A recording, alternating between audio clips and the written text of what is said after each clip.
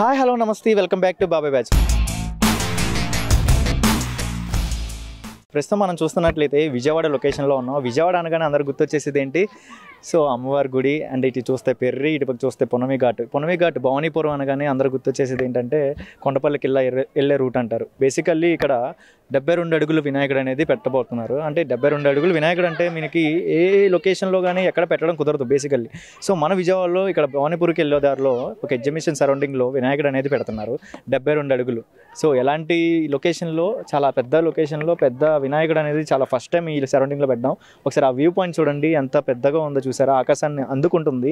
So ఇంత పెద్ద వినాయకుడు కూడా మన విజయవాడలో ఉండడం చాలా అంటే చాలా మంచి పని. అంటే ఇలాంటి అసోసియేషన్ పెద్ద కమిటీ వాళ్ళు ఉంటేనే కానీ ఇలాంటి పెద్ద పనులు చేయడం కుదిరింది. అండ్ ఐరన్తో అటాచ్మెంట్ చేస్తున్నారు, మొత్తం చూసారు కదా, మొత్తం ఐరన్తో అటాచ్మెంట్ చేస్తున్నారు.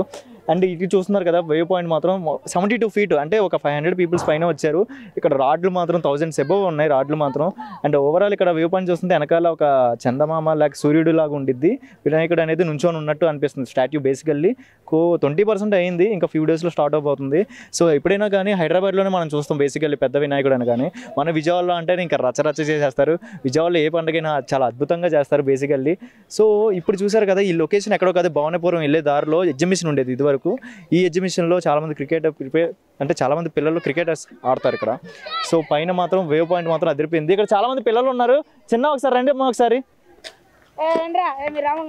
సో ఇక్కడ పిల్లలు ఉన్నారు బ్రో. సో ఇటు రండి ఒకసారి. మీకు ఎలా అనిపిస్తుంది, అంటే మీకు ఇక్కడ ఎలా అనిపిస్తుంది? వినాయకుడు పెద్ద వినాయకుడు చూస్తున్నారు కదా, ఎలా అనిపిస్తుంది మన విజయవాడలో? మన విజయవాడలో మొదటిసారి పెద్ద వినాయకుడు కడుతున్నారన్న. ఇలాంటి వినాయకులు మాకు కట్టడం చాలా సంతోషంగా ఉందన్న. ఎలా అనిపిస్తుంది? మనకి ఈ సరౌండింగ్ లో ఎప్పుడైనా పెట్టారా వినాయకుడు? మనకి ఇక్కడ పెట్టలేదన్న, ఇదే మొదటిసారి పెట్టడం కూడా. సో గణపతి బప్ప స్టార్ట్ అయిందా ఫెస్టివల్ హడావడి? స్టార్ట్ అయిందన్న. సో ఇంత పెద్ద వినాయకుడు మీరు చూడగానే అవాక్ అయ్యారా ఫస్ట్ ఇక్కడ రాగానే? అవాక్ అయ్యాను చాలా. మీకు ఎలా తెలిసింది ఇక్కడ వినాయకుడు ఉన్నారని? మా ఫ్రెండ్ చెప్పాడు అన్న మాకు. పరిగెట్టుకొని వచ్చారా? Okay, waiting for Ganesh festival. Thank you. So చూసారు కదా, పిల్లలు కూడా చాలా ఎక్సైట్మెంట్గా ఫీల్ అవుతున్నారు. సో 72 feet వినాయకుడు అనగానే ఎంతోమంది వచ్చి చూస్తూ వెళ్తున్నారు. సో ఇంకా కొన్ని రోజుల్లో చాలా అద్భుతమైన వాతావరణం అయ్యింది ఫెస్టివల్ లాగా. సో మీరు కూడా మీ ఫ్యామిలీ మెంబర్స్తో అందరూ డెఫినెట్లీ ఇక్కడికి వచ్చి మీరు కూడా విజిట్ చేయండి. సో ఇక్కడ ద్వారా చాలా రకాల అంటే ముగ్గులు పోటీలు, లైక్ కాంపిటీషన్స్, భరతనాట్యం, ఈ టైప్ ఆఫ్ కాంపిటీషన్స్ చాలా పెడతారు. సో పెద్ద లొకేషన్ కాబట్టి భవానీపురం వెళ్ళేదారిలో మనకి వెళ్ళేటప్పుడు లెఫ్ట్ సైడ్, అటు నుంచి కొండపల్లి నుంచి వచ్చేసరికి రైట్ సైడ్. సో మీకు ఆల్రెడీ ఈ లొకేషన్ నేమ్స్ కూడా మేము మెన్షన్ చేస్తాం. సో బాబాయ్ బ్యాచ్ అనగానే అందరికి తెలుసు కదా, ఏ వినాయక చవితి అయినా సరే ముందుకు వచ్చేసి పెట్టేస్తారు. ఎక్కడ ఏ లొకేషన్లో వినాయకుడు పెట్టినా, ఎలాంటి అంటే decoration, A type of decoration చేసినా మనమే మీ కళ్ళ ముందుకి ఈజీగా ఫస్ట్ మేమే తీసుకొస్తాం. ఈ వినాయక చవితికి కూడా మనం అన్ని రకాల వినాయకుడిని మీ ముందుకు తీసుకొచ్చేస్తాం.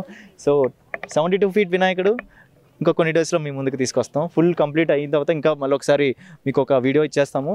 సో ప్రజెంట్ అయితే వ్యూ పాయింట్ ఇలా ఉంది లొకేషన్. Thank you.